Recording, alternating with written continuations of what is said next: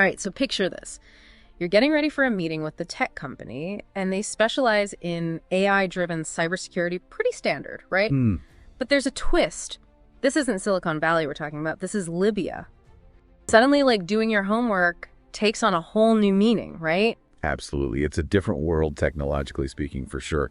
And you really have to grasp the global landscape, but also like the local dynamics. Yeah, it's not just about understanding the tech, it's understanding the context. Right. And that's what we're doing today. Basically. We are diving deep into Raqmana, a Libyan company that's making waves in the world of AI and cybersecurity. And, you know, you sent us a really interesting mix of stuff to work with here. Company profiles, presentation notes, even some documents in Arabic. Wow. It's clear that they're bridging two worlds. Yeah. And what I find really fascinating about Raqmana is their tagline, digital transformation in the artificial intelligence era.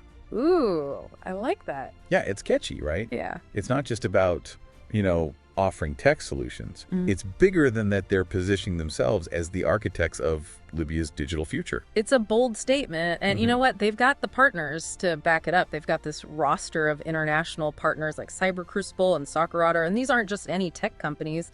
These are some big players in the cybersecurity world. Exactly. And these partnerships tell us that Raqmana is operating on a global scale, and they've earned the trust of some major players. Yeah, you don't just get those partnerships overnight. No, you don't. So they're clearly aiming high, but let's unpack what they actually do. I'm dying to know, like, how are they bringing this vision of digital transformation to life? What's the concrete stuff? So their services are surprisingly diverse. Okay. They range from the essential building blocks of the digital world, like data center installation, cloud infrastructure, and then they go to the highly specialized realm of cybersecurity solutions and compliance. It's interesting you mentioned compliance because they keep name-dropping these acronyms, ISO, PCI, NIST. I'm not going to lie, they sound a little intimidating. Right. So for someone like me, and maybe for our listener too, who aren't fluent in cybersecurity jargon, what's the significance of those? Okay, so those acronyms, they're like international stamps of approval in the cybersecurity world. Okay. So ISO, that stands for the International Organization for Standardization and their standards. Make sure the companies are handling data in a secure and responsible way. PCI DSS, and it's all about securing card payments.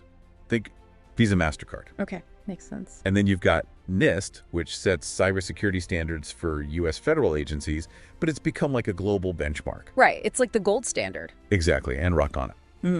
Adhering to these shows that they're not just meeting local standards, they're aiming for like international grade security and reliability.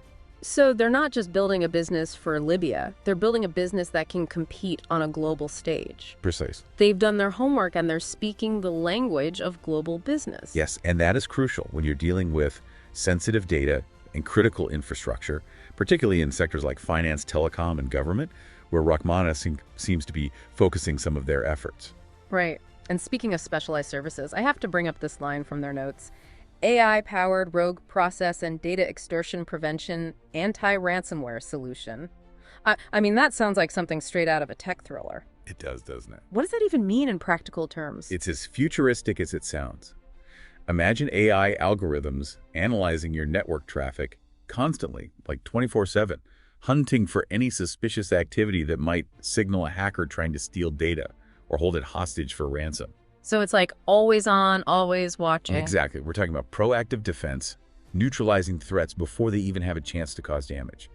That's the kind of cutting-edge technology Raqmana is bringing to the table. It's like having a digital bodyguard, Right, who's always 2 steps ahead of the bad guys. exactly. And what I find particularly interesting is that this commitment to innovation isn't happening in isolation. Right. Yeah. You know, we talked about those international partnerships, but they also mention having a physical presence in both Benghazi and Tripoli. Yeah. Why is that so important?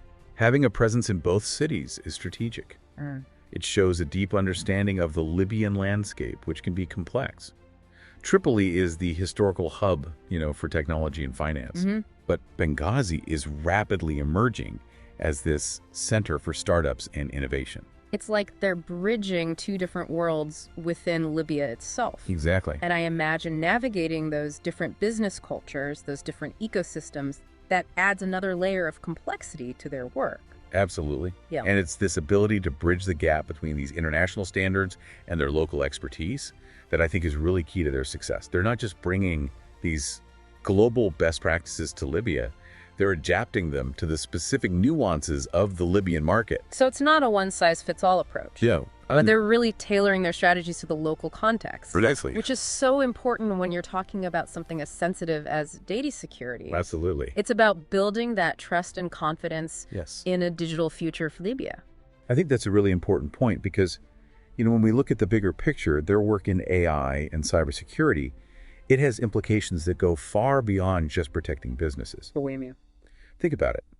A secure and robust digital infrastructure can be a really powerful catalyst for economic growth. Okay. It can attract foreign investment, it can foster local innovation, and it can empower local entrepreneurs. So they're not just building a company, they're building an ecosystem. Exactly. Yeah.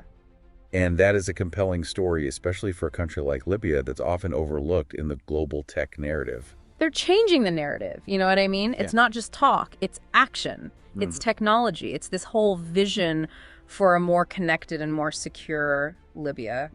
Honestly, it's pretty inspiring. It is. It really is. And, it goes back to that question we asked at the beginning about walking into that meeting. Right. Imagine you're sitting across from someone from Raqmana. Oh, God. You're not just meeting with, a vendor, You're meeting with a potential partner who gets it. Someone who understands the complexities of both the local and the global digital landscape. They're not just offering a product, they're offering a vision. Right. A piece of a much bigger story about Libya's future, and they've got the expertise to back it up. They've got the technology, and they've got that international recognition. Exactly. Wow. So to our listener out there who's getting ready for that meeting, remember, you're not just stepping into a boardroom. You're stepping into a space where innovation is meeting opportunity. And that is really powerful. I love that. That's a great way to put it. Well said. A huge thank you to you for guiding us through this deep dive into Raqmana.li.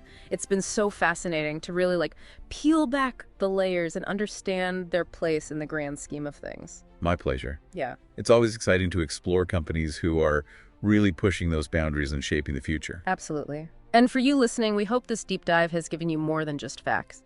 We hope it's given you a sense of curiosity and maybe a new lens through which to view the world of technology and its impact. Until next time, keep exploring, keep asking questions, and keep diving deep.